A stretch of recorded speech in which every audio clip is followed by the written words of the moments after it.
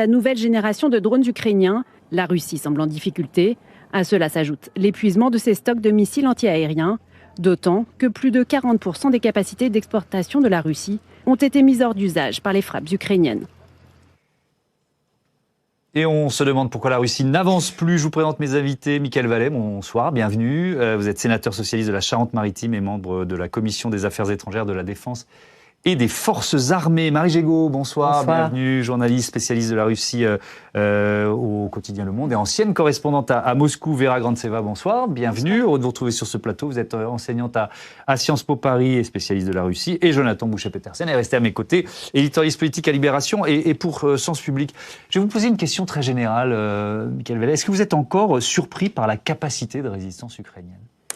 Le principe des conflits avec la Russie ou des sujets avec la Russie, c'est d'être surpris. C'est-à-dire qu'il faut qu'on ait beaucoup d'humilité les uns les autres. La veille de l'agression, il y avait un certain nombre, dont je faisais partie, qui pensaient que ce n'était pas possible que ce cap-là soit franchi. Donc ça amène à beaucoup d'humilité sur la suite. Et donc la surprise sur la capacité de résistance ukrainienne est toujours la même, parce qu'il y a un fait sur lequel les bouleversements de l'actualité font qu'on est passé un peu vite, mais le fait national ukrainien était un élément qui, à mon avis, n'était pas palpable pour le reste des Européens et qui a été une surprise pour tout le monde. Et le deuxième effet de surprise, ça a quand même été la capacité de l'Union européenne, bon gré mal gré, à s'organiser pour répondre. C'était un degré de réponse cohérent qu'on n'aurait pas envisagé non plus. Donc on va dans cette reconfiguration de l'Europe de surprise en surprise en fait depuis le début. Et le fait que les Ukrainiens continuent à résister de cette manière-là n'était pas écrit au départ. Marie Gégaud, quelle est la stratégie russe ? Là, on vient de voir un sujet sur la situation sur le front. Vous êtes souvent venu sur notre plateau et je vous en remercie. Il y a toujours cette stratégie d'envoyer beaucoup de soldats, quitte à en perdre beaucoup. En effet. Ça ne change pas, ça. Ça ne change pas. Et je pense que c'est cette rigidité, finalement, qui les perd dans leur stratégie militaire. C'est-à-dire qu'on le voit aujourd'hui encore, où ils essuient énormément de pertes dans le Donbass, sur le front du Donbass. Là, il y a quand même leur offensive de printemps. Ils ont rajouté beaucoup d'hommes là dans le chaudron. Et en fait, comme vous l'avez dit, ils continuent, comme pendant la Seconde Guerre mondiale, à envoyer des hommes dont ils savent qui seront perdus. On parle même de régiment adnarazové, c'est-à-dire jetable.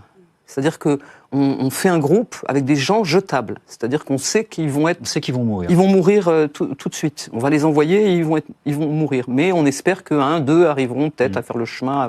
Voilà. Donc on n'est pas sorti de cette façon de faire. Et je pense que c'est cette rigidité aussi au niveau du commandement russe. Qui explique aussi cette espèce de blocage ou de bourbier. Je pense, moi je dirais ça, oui. Oui, parce que côté ukrainien, on voit qu'il y a beaucoup plus de fluidité qu'au niveau du commandement local.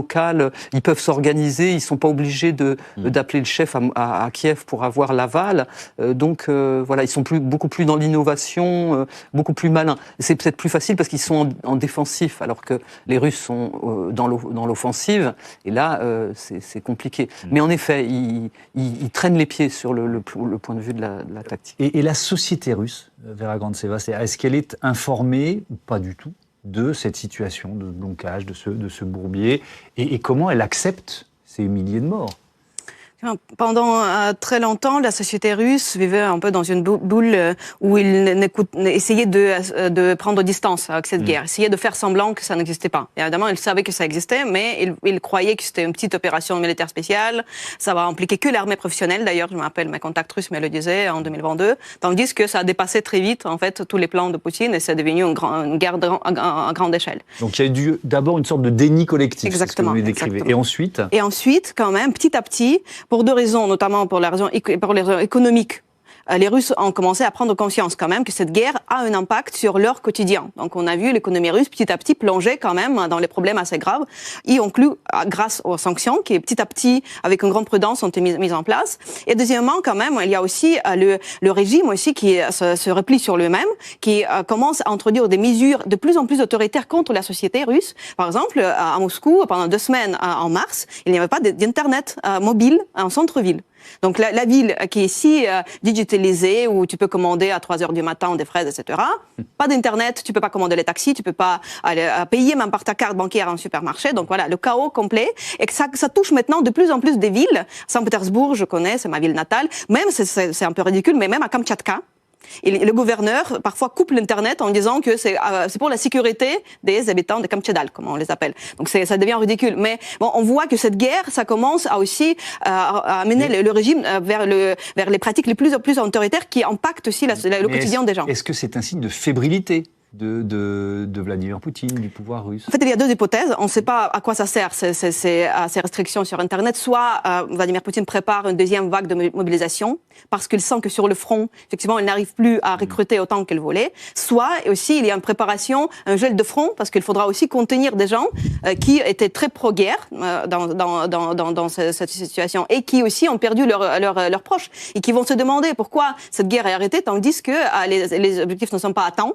Et en fait, il y avait beaucoup de gens qui sont morts pour rien. Donc voilà, il y a deux hypothèses, on va voir. À mon avis, les semaines suivantes vont nous montrer dans quel sens ça se dirige en Russie. Michael Vallet, quand on réfléchit à l'équation de cette guerre en Ukraine, on gomme forcément l'hypothèse d'une rébellion de la population russe, d'un régime Poutine qui pourrait vaciller ou pas? Moi, j'ai toujours gardé en tête le fait que les kremlinologues, soit au moment de la chute du mur, soit quand Yeltsin a laissé le pouvoir et que Poutine est arrivé, se sont toujours trompés. Je me souviens d'une émission où Alexandre Adler, c'est pas pour le citer lui, le pauvre, mais expliquait par A plus B comment Yuri Louchkov allait prendre le pouvoir. Et puis tout à coup, boum, il y a Poutine qui sort. Donc il y a quand même une tradition politique impériale russe très ancienne sur le fait qu'on a des personnages comme ça qui peuvent sortir. Mais depuis plusieurs années, vous avez des vrais spécialistes, c'est-à-dire pas des gens, pas des éditorialistes de chaînes info spécialistes en tout, des vrais spécialistes qui pointent le fait, mais vous le dites vous aussi, madame, vous l'écrivez, mais je pense à Marie Mandras notamment, qu'il y a une espèce de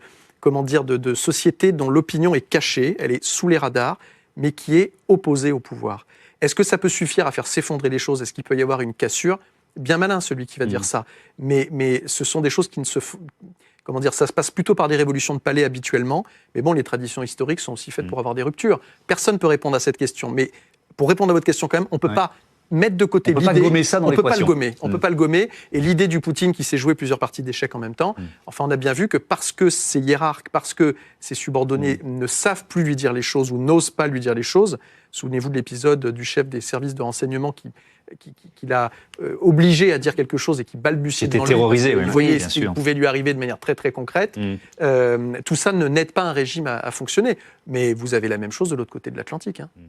Oui, effectivement, ça c'est une vraie question avec un certain nombre de voix, mais on n'est pas là pour parler de Donald Trump, on en parle suffisamment à longueur de journée, mais c'est vrai. La caricature, des voix qui s'élèvent à la Maison-Blanche pour dire il faut dire la vérité à Trump. Eh ben oui. Ouais, effectivement. On parle de l'armée ukrainienne dans une minute, mais Marie Gégaud, je veux bien vous entendre quand même là-dessus. Alors il y a une question qui nous vient de Paris, Cécile, qui nous demande si la Russie arrive toujours à recruter des soldats, donc peut-être hypothèse d'une nouvelle mobilisation, et peut-être là aussi sur... Cette opposition un peu sous, je ne sais pas quel terme employer, j'avais rampante, mais ce n'est pas un très joli mot, mais un peu sous les radars là, en Russie. Oui, c'est... D'abord sur le recrutement des soldats. Alors d'abord sur le recrutement des soldats. Il apparaît qu'ils arrivent moins à recruter. Ils ont d'ailleurs lancé une campagne là, dans les universités, où les universités seraient obligées de donner des quotas. Je dirais un certain pourcentage des étudiants. Alors on essaie de les persuader, mais si ça ne marche pas, ceux qui sont par exemple appelés à redoubler, et serait obligé d'aller faire un petit temps au front, voilà. Donc, bon, on ne sait pas quel effet, en effet, à long terme, tout ça peut avoir la couvre de l'Internet, toutes ces décisions absolument aberrantes et qui ruinent la vie, parce que, comme Vera l'a dit, vous allez au supermarché avec votre portable et votre carte bancaire, vous ne pouvez pas payer pour les courses, c'est un recul incroyable. Donc, on ne peut pas savoir. Mais ce qu'il faut savoir, c'est quand même que ce pays a une force d'inertie absolument considérable. Et que, bon, c'est vrai, il y a eu des tentatives, là, dans les années, au tournant des années 80, il y a eu des mouvements plutôt pro-démocratie, évidemment, mais quand même, il n'a pas une culture non plus politique ancienne. Et vu la brutalité du pouvoir, c'est compliqué. Les options sont très très restreintes. Et comme Vera l'a dit, ce qui est intéressant, vous voyez, c'est la force du mensonge. C'est la force du mensonge. C'est-à-dire que c'est le spécialiste Alain Besançon qui disait, finalement, le communisme, c'était une croyance non crue. C'est-à-dire que bien avant que l'URSS s'effondre en 91, mais personne n'y croyait plus. Déjà, moi j'étais là-bas dans les années 80, Et déjà, c'était comme ça. C'est-à-dire que les gens, ils sortaient le 1er mai, ils allaient avec Lénine, les drapeaux, on chantait, etc. Parce qu'ils savaient que s'ils n'y allaient pas, ils seraient mal vus. Mais après, quand ils rentraient à la maison, dans les cuisines, ça y allait sur la dégénérescence des dirigeants qui étaient vieux, on se moquait. Les gens disaient, est-ce que tu veux, comment ils disaient, tu payes en verre ou tu payes en bois? Et donc en verre, ça voulait dire en dollars. Et en bois, ça voulait dire en rouble, c'est-à-dire un truc qui n'avait aucune valeur. Donc tout ça était en place depuis longtemps, mais c'est très très long, c'est très très long, parce qu'encore, il y a cette force d'inertie et puis aussi ce truc historique d'une culture apolitique. Alors, on va parler, comme promis, de l'armée ukrainienne, et je commence avec vous, Jonathan, cette capacité quand même assez incroyable d'innover.